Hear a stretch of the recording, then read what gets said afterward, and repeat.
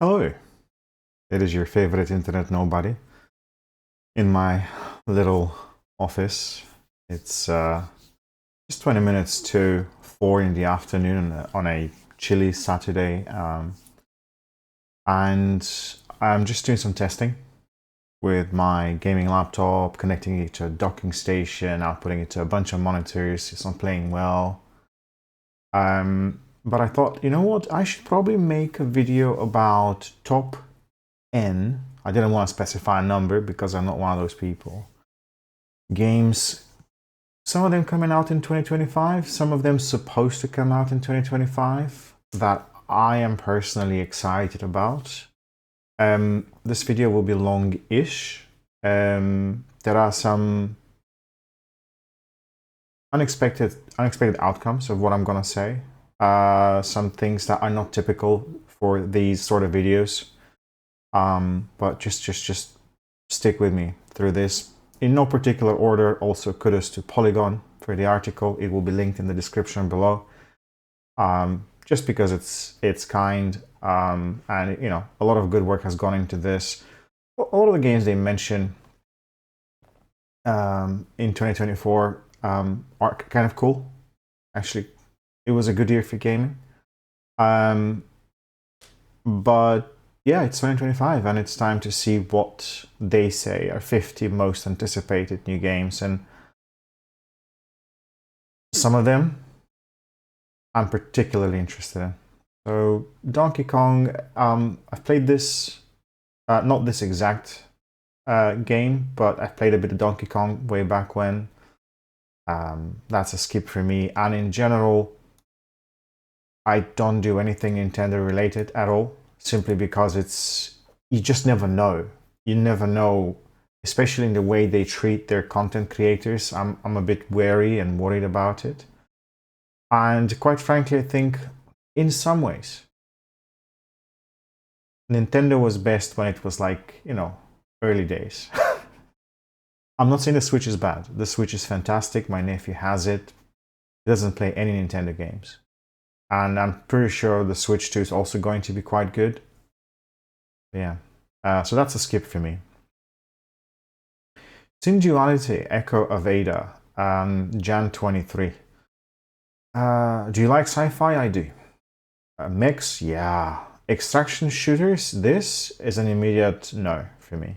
Completely. I don't do any extraction shooters. I don't care for Tarkov, Arc Raiders, anything that has to do with a PvP stuff, I don't do at all. I don't do Dead by Daylight. I used to enjoy Evolve a fair bit. I think Evolve was the only asymmetric 1v4 or 4v1 game that I've ever enjoyed. This is just not my cup of tea, and I have no idea. I don't even think I've ever seen this game or like gameplay for it. There is a French channel on YouTube, Enfant Terrible or something, terrible, Enfant. They do a lot of like no commentary demos of so many different games, and I wouldn't be surprised if they have something for this. It's a fantastic channel if you don't want anybody talking and just showing you gameplay of different things. Some great, some not so great, but yeah, extraction shooters are a no-go for me at all. Sniper Elite Resistance. Sniper Elite, I prefer the zombie version of the games. They are quite enjoyable. They have their place in my heart. I tried one of the later versions of Sniper Elite. Just it's okay. They're okay. They're fine. Yeah, it is fun to see the X-ray kills of things, but yeah. Civilization 7, I've not played an RTS in a while, and I think the last builder game I played in general was probably City Skylines, the first game. Civilization I've not played since 3 or 4. There was a time when I was quite into it, but then I stopped. 7 is very likely a skip as well. but I know people adore these series, and it's just nice to see they're still about. In many ways, games like I used to prefer games like Age of Empires or Age of Mythology.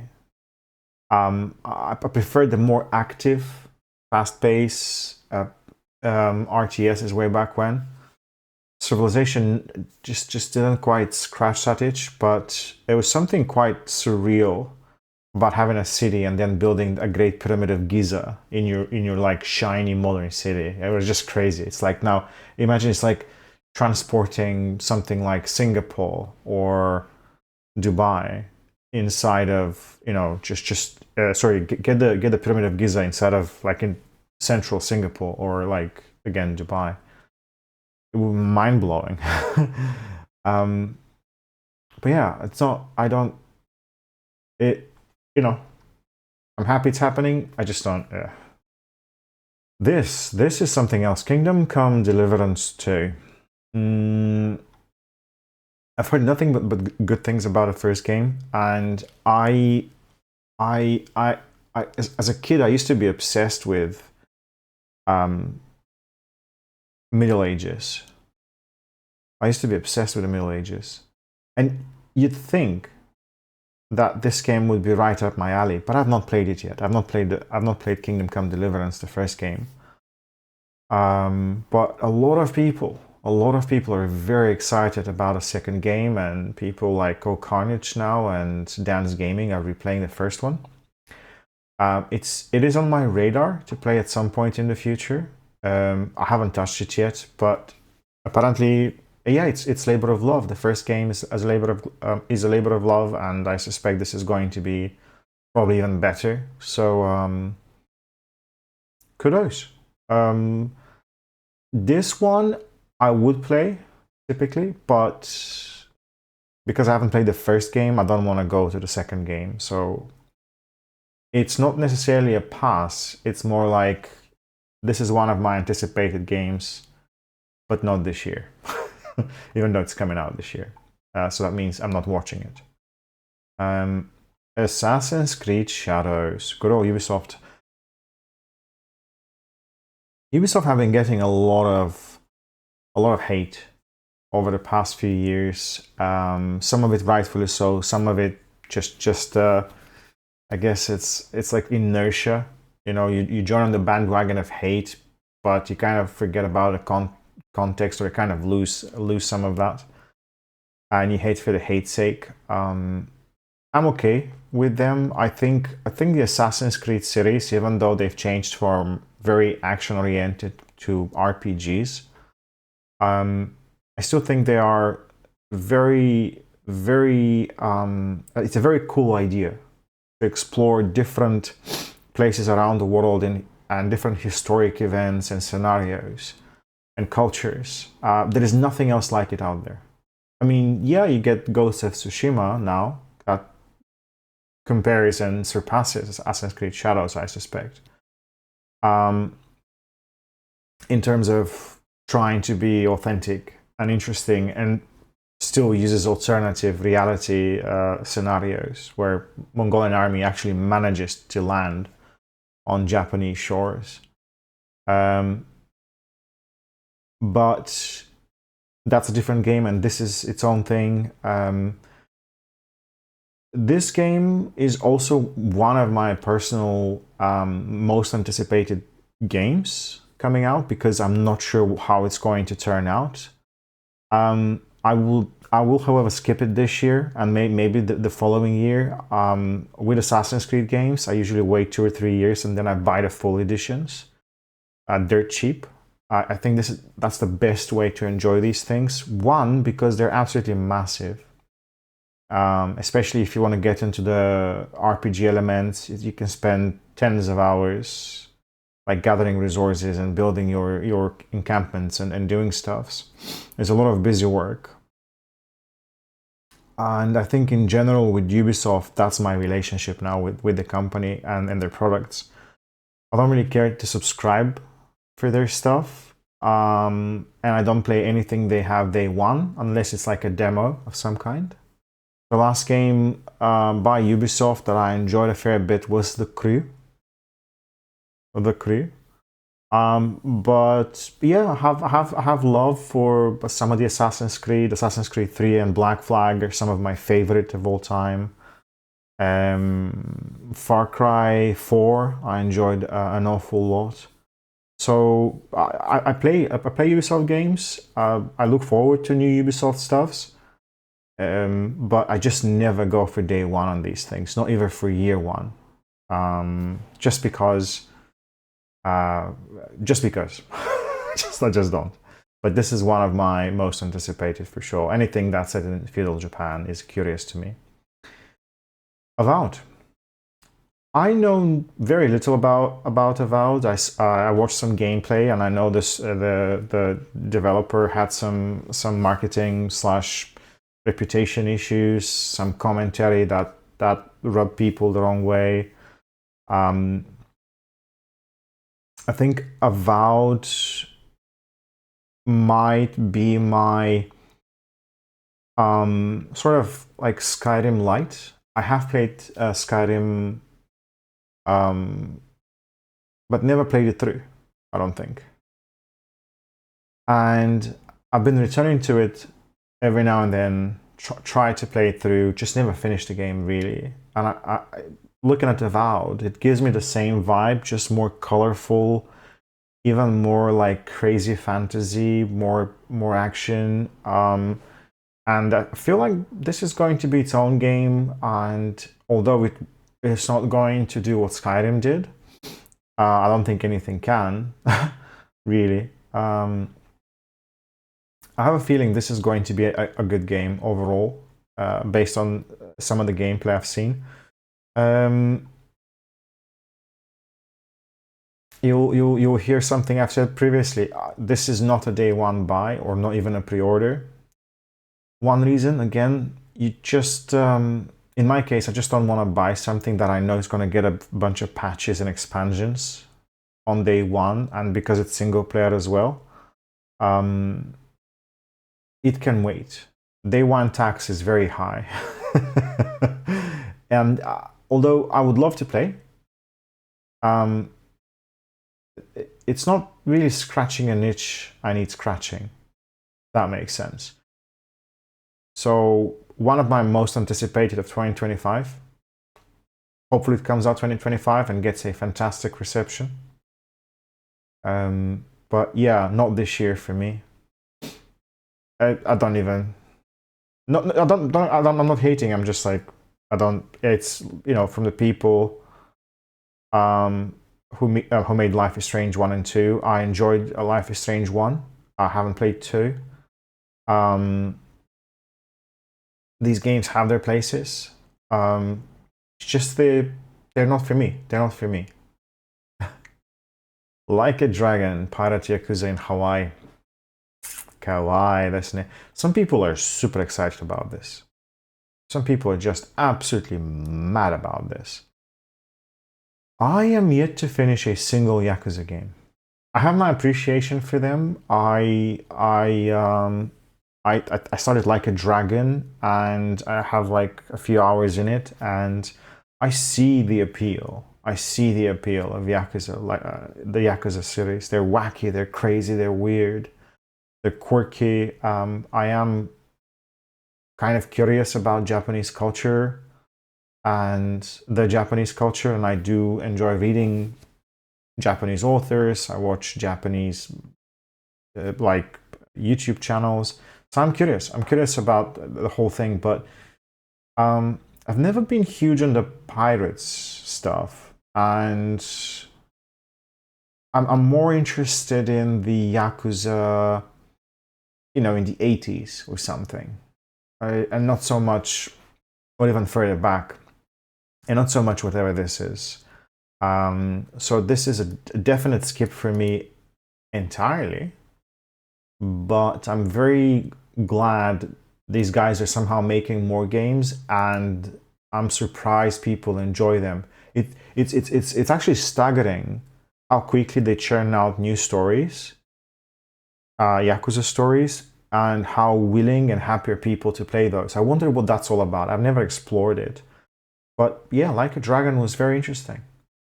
Like a Dragon is still very interesting, and I need to finish it, but someday. So this is a skip entirely. There is another game by Ryuga Gotoku called Project Century, which I hope changes name soon. That was teased during the Game Awards, and that's my most anticipated of whenever, of all lifetime. Monster Hunter Wilds. I'm gonna upset people here, but I'm not that big on Monster Hunter in general.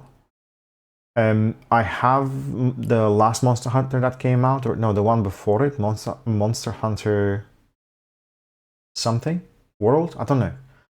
I played a little bit. I can't get into it. I didn't buy the Frost expansion, but I've been watching it. I've been watching Eat Me JP on Twitch. And I appreciate that people loved it so much, and people love these games so much. I actually appreciate that. There's something about the gameplay and the aesthetics that just don't work with me very well. But I see it, and I used to play the mobile AR version of that for a little while. I was actually quite obsessed by this ability to just walk around the streets and kill, hunt beasts. But then I tried the game again on my controller, on my TV, and I was like, oh no, there's a lot to do. just not me at all. Not me at all. This I'm neither excited about nor not curious. I'm curious. I'm curious. I'm just keeping my mind open for this. I hope it goes well for Capcom. I think more often than not, especially in the past few years, they've been just nailing things, just really getting things right. And hopefully this is just another fantastic game for everybody to enjoy. No. Tales of the Shire. Again, this is not for me. So that's a skip. Atomfall. Again, I'm not hating. Mind you, any skips I do, they're not hate. I just see something and I'm like, yeah, just no. But that doesn't mean I'm hating. I'm just like, oh no, I just see a snippet. I'm almost 40 years old. I've played so many games. I know what I'm seeing. So I don't. I could be wrong. I enjoy being wrong.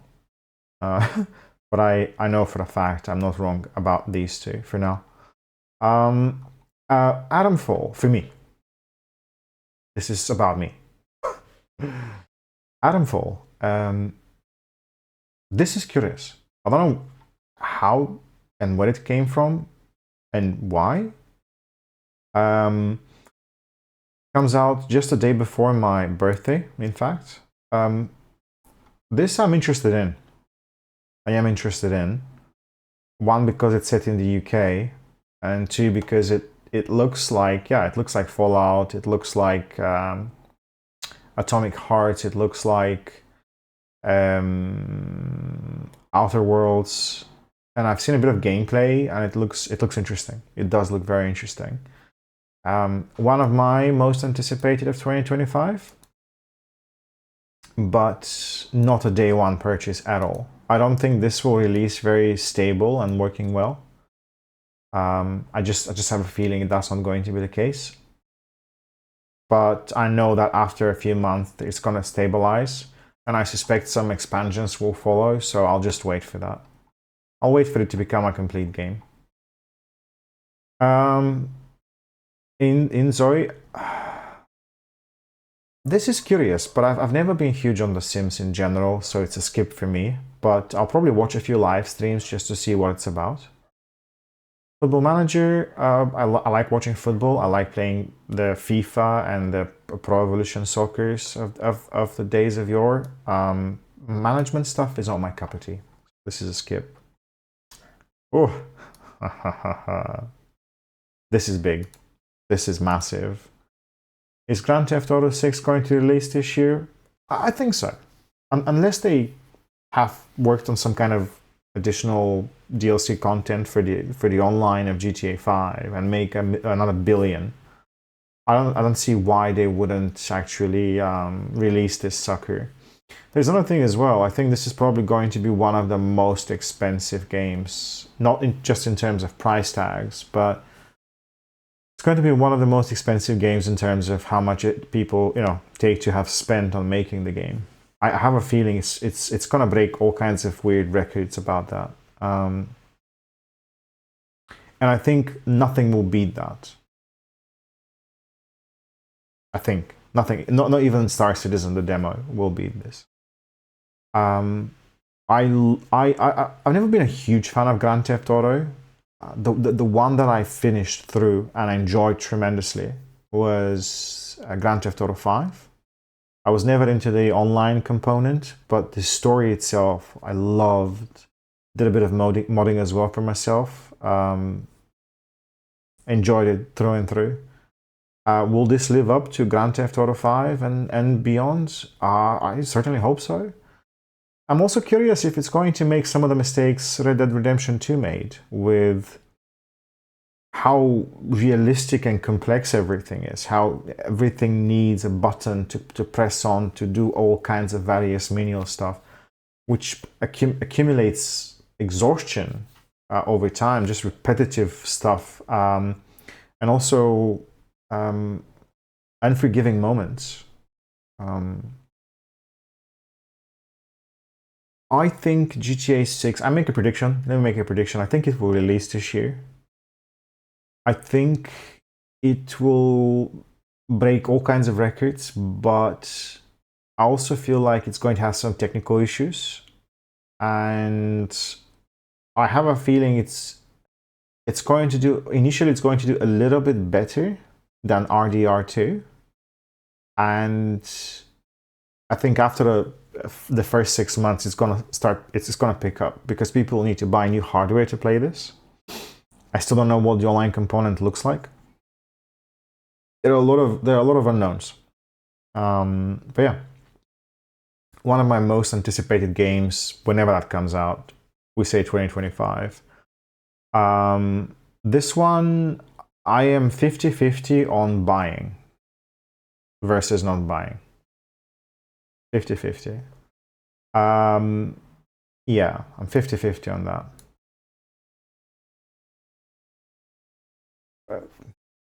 No, about Riot Games, I've heard good things about their upcoming fighting game, but I enjoyed my Neo Geo. I enjoy my Streets of Rage. I'm a huge lover of Fatal Fury and King of Fighters and Last Blade, Tekken.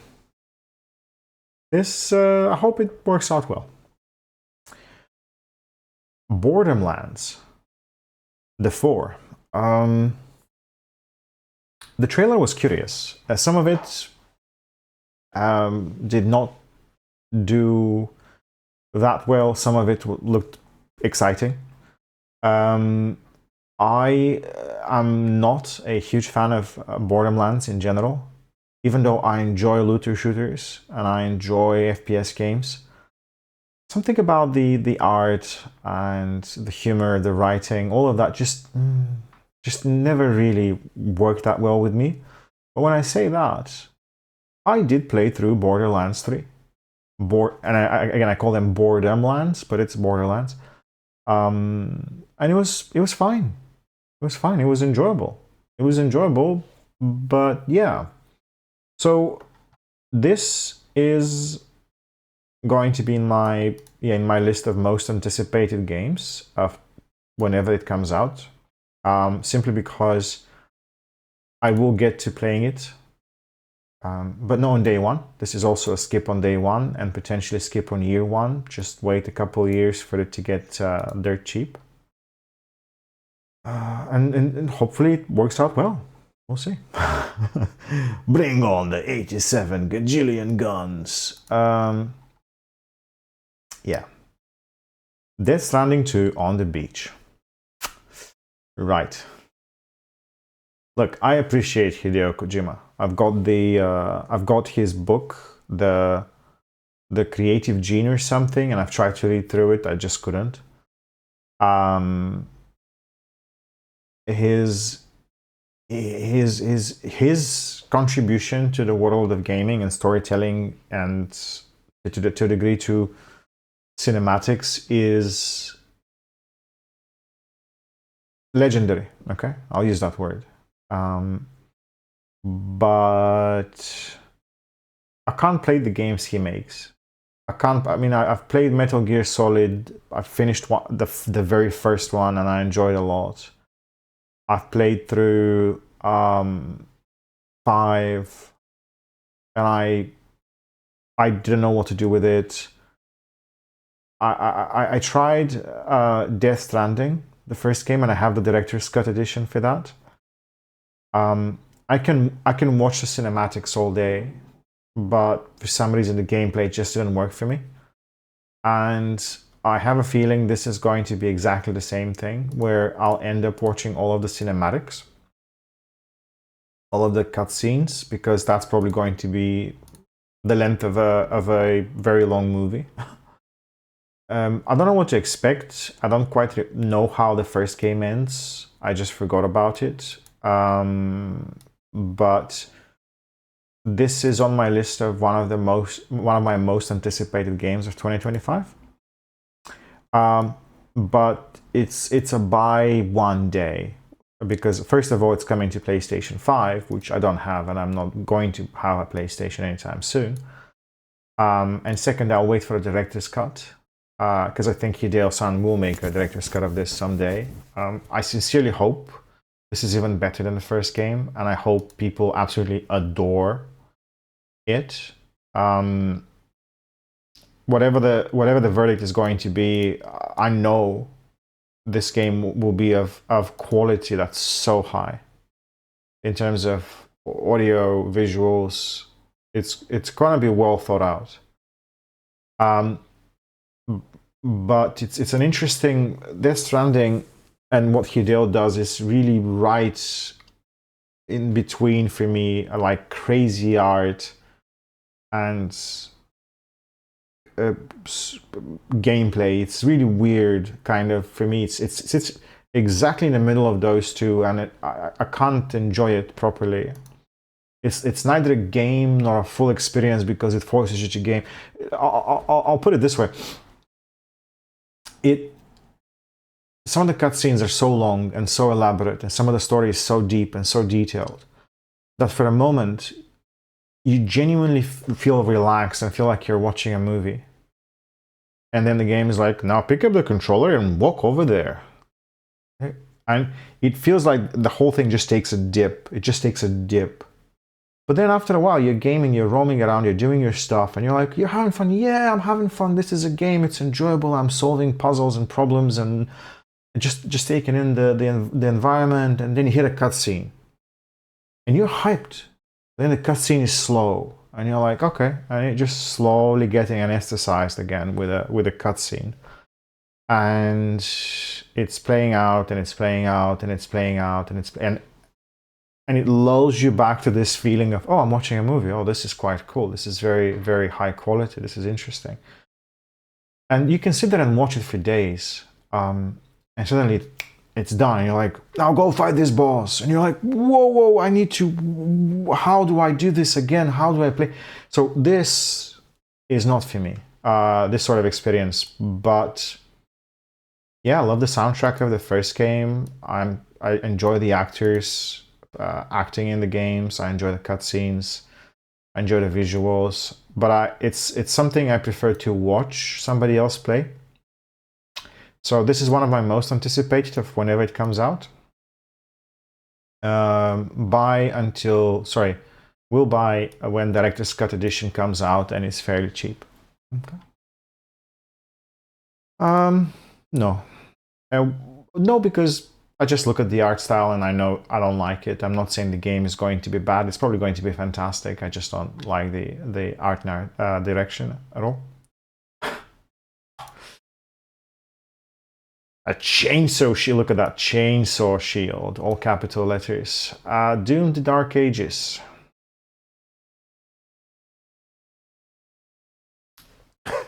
Here I go again. Doom is a good game. The Doom games are fantastic. The story of how id got together and made the first Doom, Masters of Doom, amazing. Last year I had the chance to see John Romero in person, accidentally during a Blackpool Retro Gaming Expo. My guy was there at a table signing and selling stuff, and I almost didn't see him. But you know, all of that glorious hair makes him stand out. And I felt starstruck. So I hope someday to actually brush shoulders with Cormac as well, because he's another crazy genius.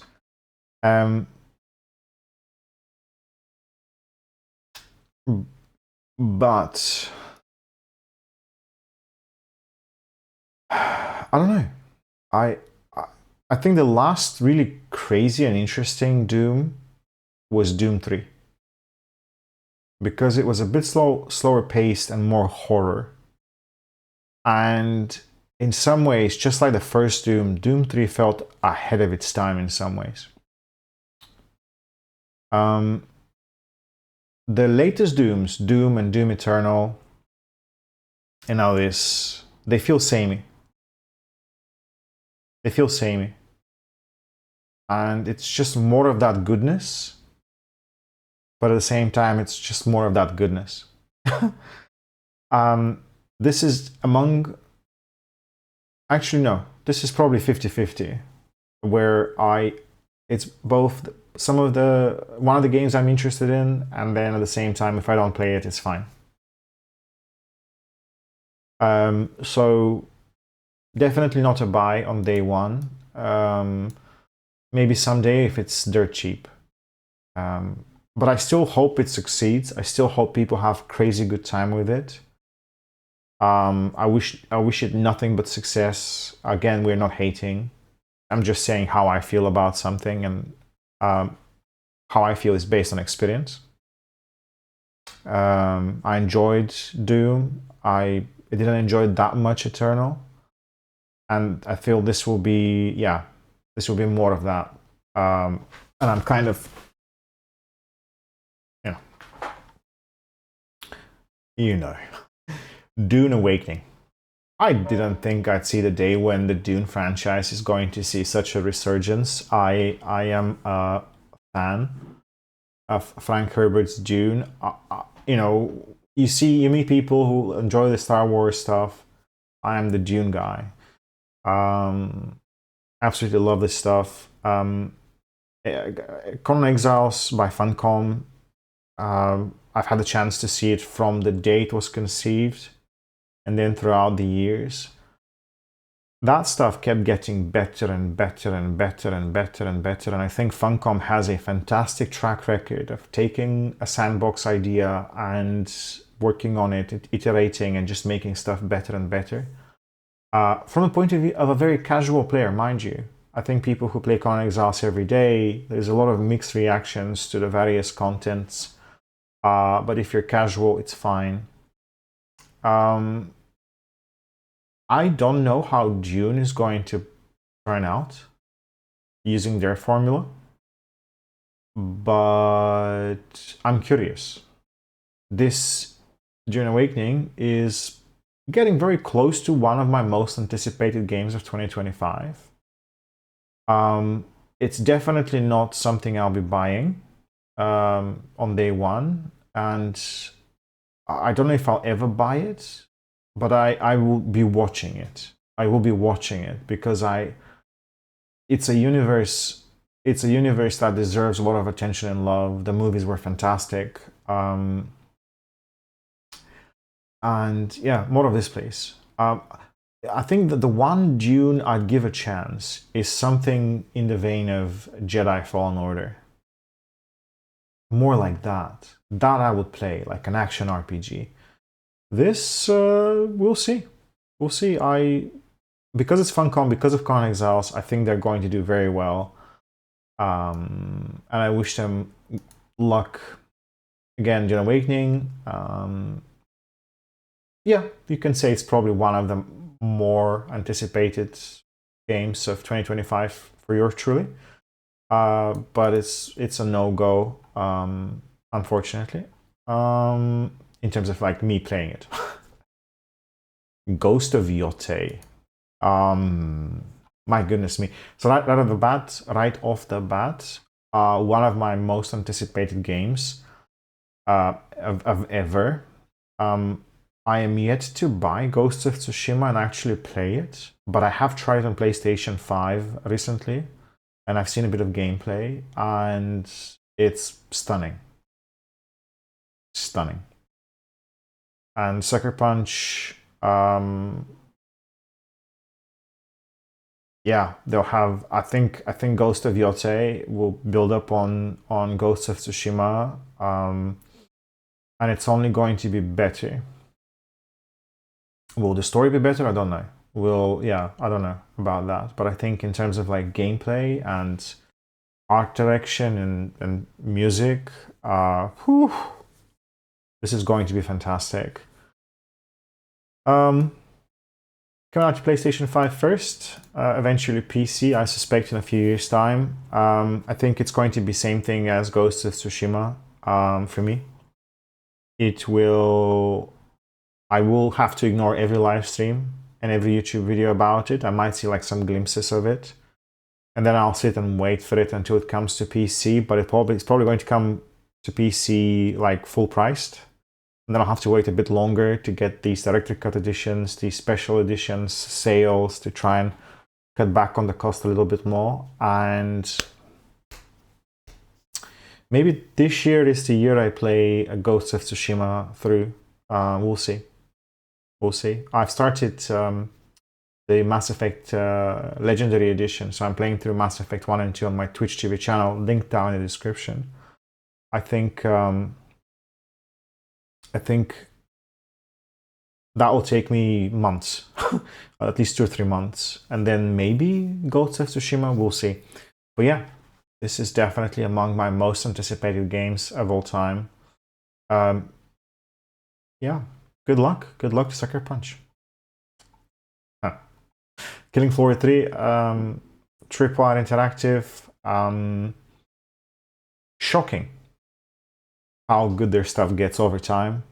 I used to love Killing Floor 1, I enjoyed Killing Floor 2, but kind of needed slightly different customization to the weapons, which wasn't present at all. Can't say I enjoyed all of it, but it was good fun. Killing Floor 3, based on some of the teasers, looks fantastic. And I've already signed myself up for the tests. I haven't received an invite yet. Maybe I won't ever. This is among my most anticipated games in general. I definitely want to spend a few hours in it. Very likely we'll have some kind of open event, and I will play that and live stream it. Buy, maybe not. Maybe not, because I don't know. It depends on what the gameplay loop feels now, what they've done to the gameplay loop and to the customization of the characters and so on. But yeah, there's nothing else like it. There's nothing else like Killing Floor. In terms of like music and horror and just gunplay, I think 3 is going to be just as good. It's going to take a bit of time to fully flesh out. So yeah, among one of my most anticipated. No buy on day one. Definitely play and live stream if a live event happens. Definitely play if I get invited to any testing phases. Best of luck to Tripwire Interactive. The game and its fans deserve another good installment, I suppose. We'll see how that goes.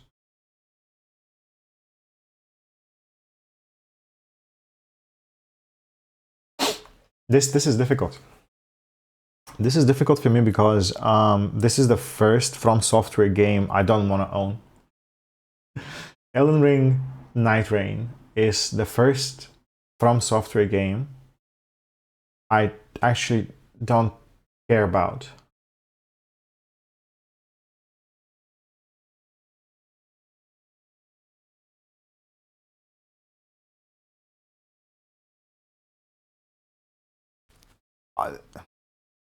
I've always played their games offline. I've played through Dark Souls 1, 2, and 3 offline. I've played through all of their DLCs. I've played through the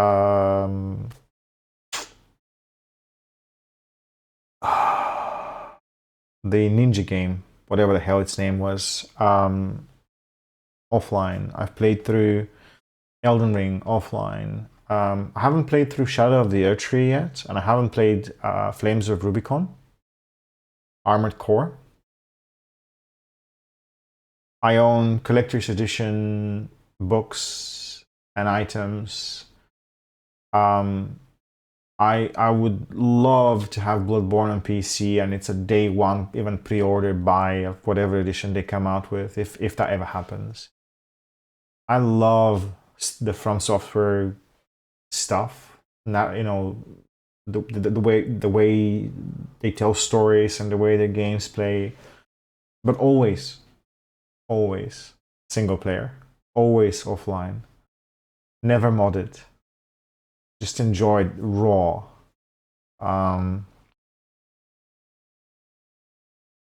And when I saw the trailer for this, I didn't think it's a standalone game. I thought it's another expansion for Elden Ring, and I lost my mind. And then we find out it's a standalone game, and it's multiplayer co-op.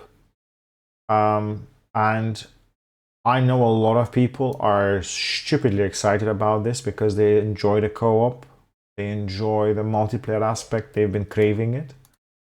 And I think this is going to just get a lot of people just absolutely hyped. But it's shocking to say this, but in 2025, Elden Ring Night Rain is not even close to being an anticipated game for me. This is big. This is actually big. For people who know me, this is massive. And I await the next game with single player component. This looks adorable, but that's a skip. 33 Immortals, curious, skip. Anno 117 Pax Romana, skip. Arc Raiders, another multiplayer extraction, skip. Fable, I love Fable. Fable I have nothing but fond memories of, and it's very curious, and I'm curious to see where the new game takes people. I'm curious to see if the new game offers nearly as much variety as the older games. I think there was a Fable in the last 10 years. Was there? The main characters had like dresses and like hammers, and I forget now. But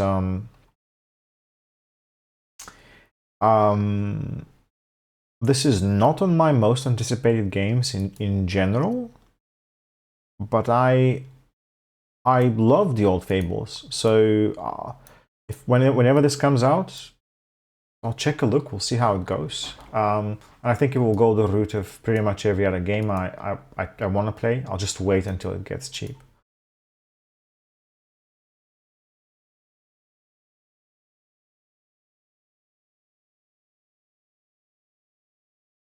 I don't know. I have no idea.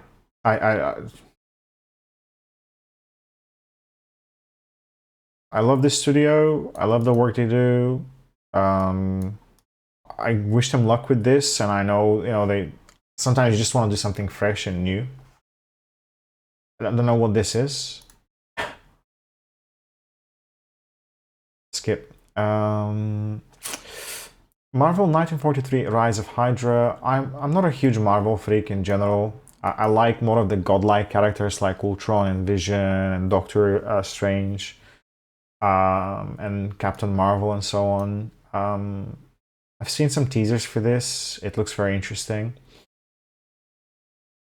Not among my most anticipated games. I'm not tracking it really, but I know when it's coming out. Everybody will know it's coming out. The world will go absolutely crazy for this. And I'm curious to see what Skydance New Media Play On do. And I'm curious to see how this will turn out. Because, you know, again, if it works for these superheroes, maybe I'll see my favorite superheroes. I'm still waiting on that Superman game anyway. Metroid Prime 4 Beyond. I've always been aware of the Metroid Prime stuff. I've never really played much of any of it. So good luck to Nintendo and to the Retro Studios. Not on my list at all. But if people love it, I hope they get a really good Metroid game. Yeah, I hope if you like it, I hope this is good as well. I don't do any Pokemon at all. I don't care about it one iota. So that's a skip. The Sinking City is curious. I have read and enjoyed Lovecraft's work.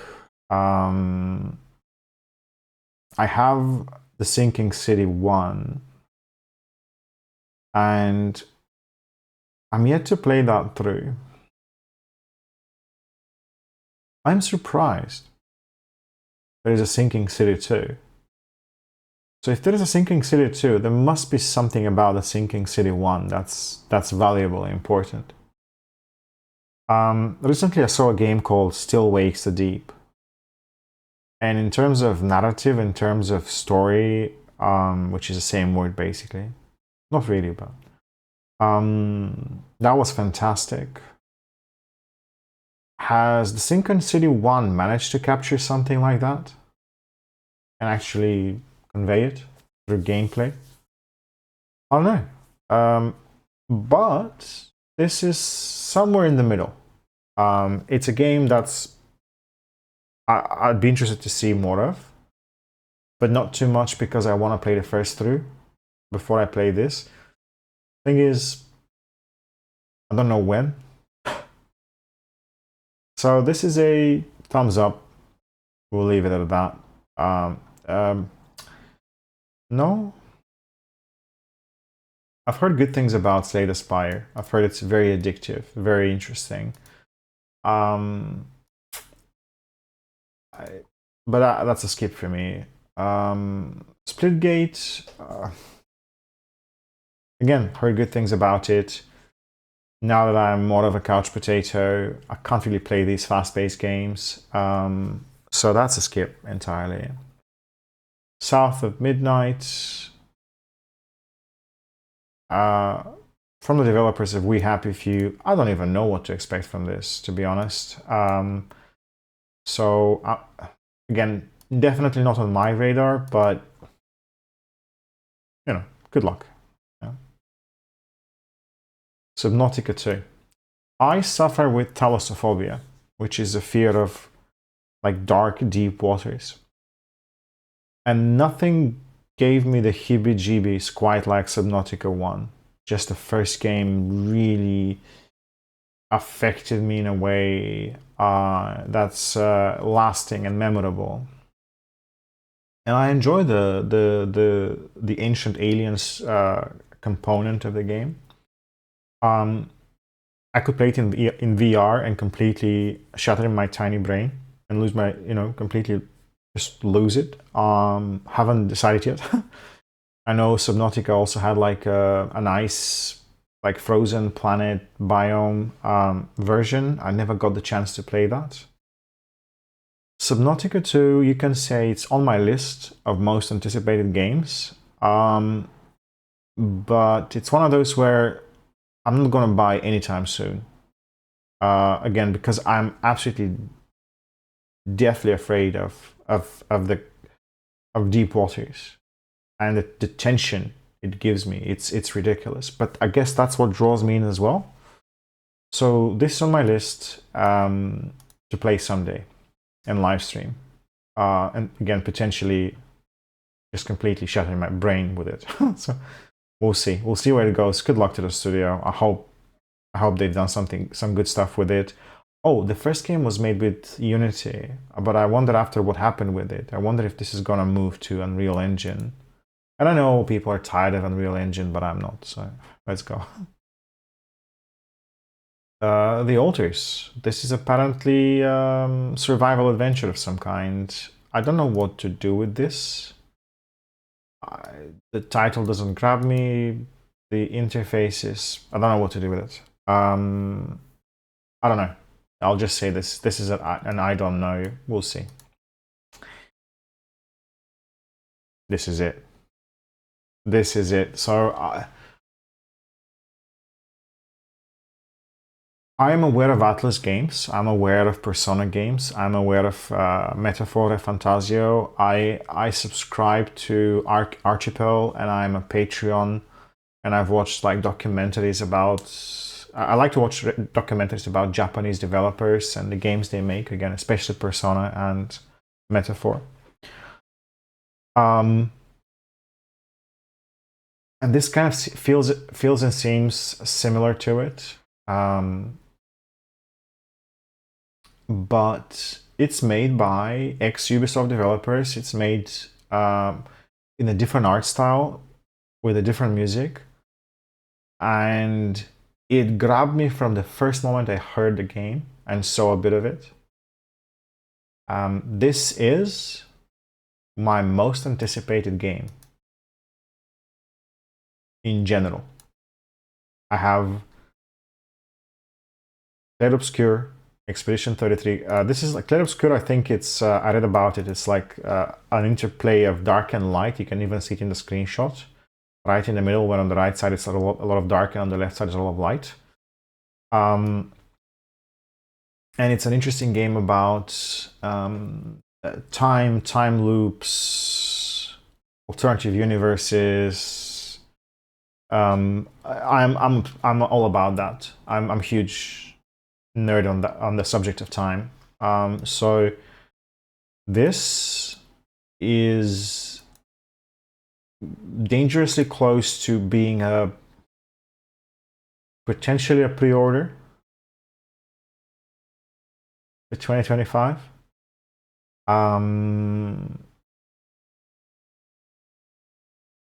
Is it really going to be one of the best games I've played in a while? I don't think so.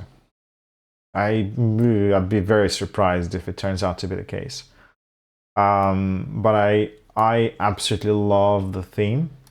I love the music and the art direction. So this, yeah, this is, to me, this is one of the more important games to happen. And we'll see. Maybe I'll eat my own words. But this is it. Mafia: The Old Country. I saw the trailer. I prefer my Mafia set in the US in 20s, 40s, 30s, 40s. Maybe 50s. I've played through all the Mafia games so far, and I love them to bits. This is OG Mafia, set in Italy.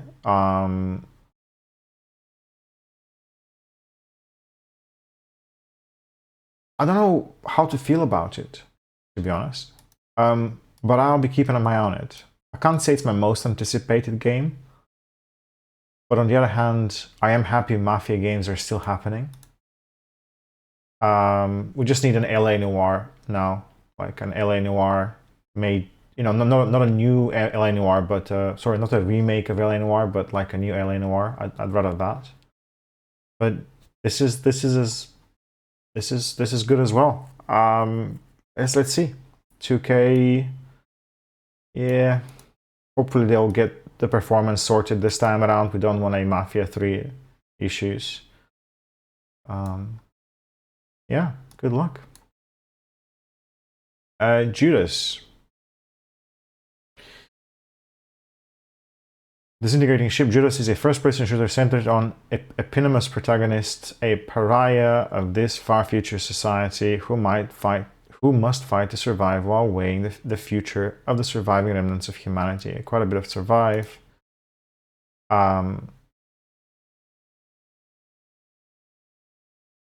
Generated scenarios inspired by the Middle-earth Shadow of Mordor Nemesis system. This is curious for those of you who don't know.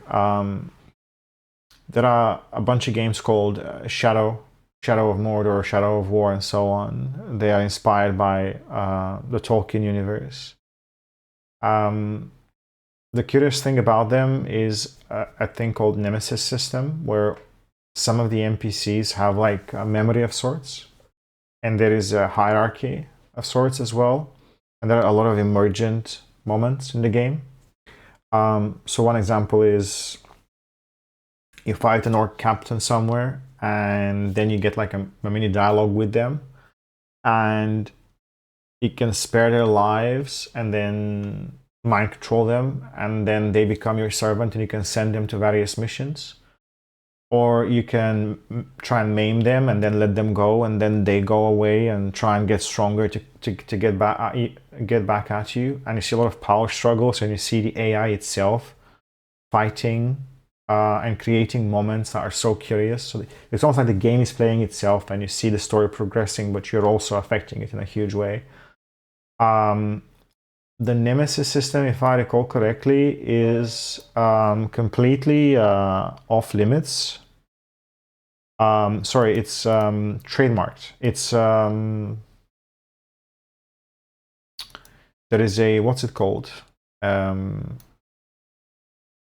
patent on it. There's a patent on it, so nobody else can use it. So I'm curious how this is going to incorporate that.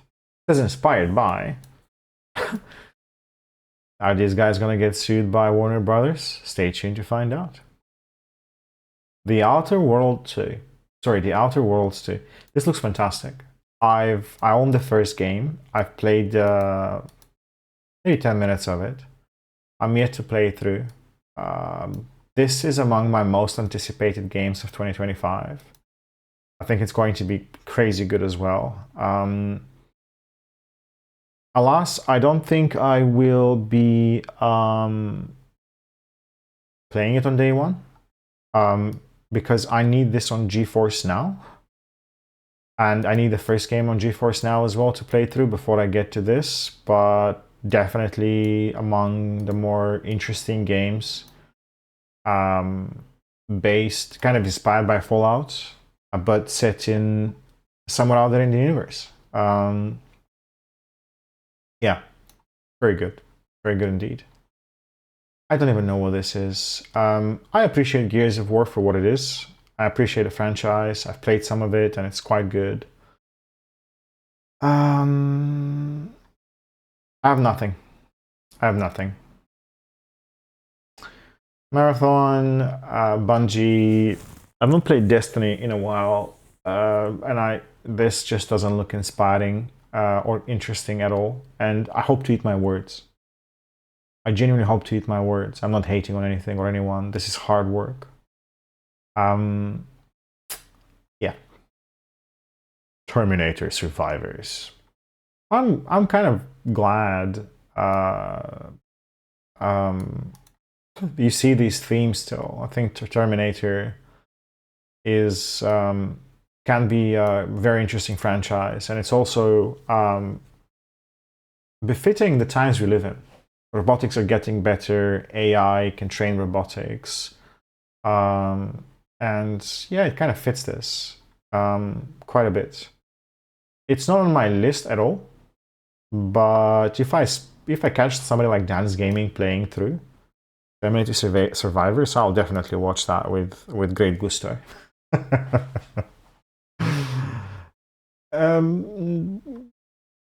I don't know why this game got so much attention from people and why people are so excited about this. I look at it and I'm like, no. Metal Gear Solid Delta Snake Eater. Again, let Konami continue to remake games that Kojima did. People love them, and hopefully Konami do them justice. Yeah, it has its fan base, it has its followers. I hope they enjoy, you enjoy. I'm fine. And that's it.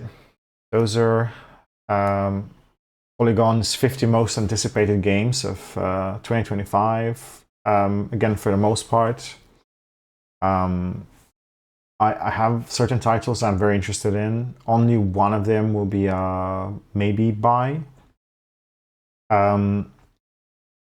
The rest that I mentioned will be left for 2026, 2027, when prices go down, when patches are released and the games are stable and have most of their content. And that's the key point of this video. Just because games are coming out soon, it doesn't mean you have to have them. You can definitely sit out and wait out, especially single-player games. You can give them a year and then get them cheaper, and that makes a lot of sense.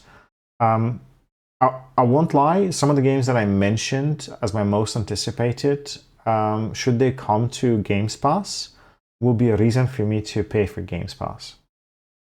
But I will not go out of my way to try and own them. For one, because again, it's expensive, and two, I just don't have the time to play them all. And this is the last comment. I know recently there was a lot of talk about statistics and this revelation that people don't play new games. And the truth is, the younger people are playing Fallout. People that are, the teens and preteens are playing Roblox and Minecraft. Teens are playing Minecraft and Call of Duty. Up to aged, people aged up to 25, 30 are still playing Call of Duty and such. People over 40 are playing World of Warcraft, Lord of the Rings, and some other games. And with so many live services, you just don't have time to keep buying the latest single-player game. That doesn't mean single-player games are bad or anything, or AAA games are somehow not good. It's just that there is so much of it. There are so many games coming out all the time, and they all command a hefty price tag. And it is inhuman, even if you take this list of 50 games, buying every single one of them at full price, pre-order or day one, will set you back a few hundred of whatever currency, maybe even 500. But then, even if you have the money to spare, you still have to think about the hours you need to put into each and every one of them. And you might have 1,000 hours to spare. You might not. Most people don't. So there's nothing wrong with being excited about new stuff. Take it as it is. It will come, let it pass. Give it time to get better over time, as days progress after release, and then find something on sale. Yeah, best way to go. Thank you for watching. I am done. Time to take a break and do some other things. Yeah, I'll see you in the next one. Stay safe.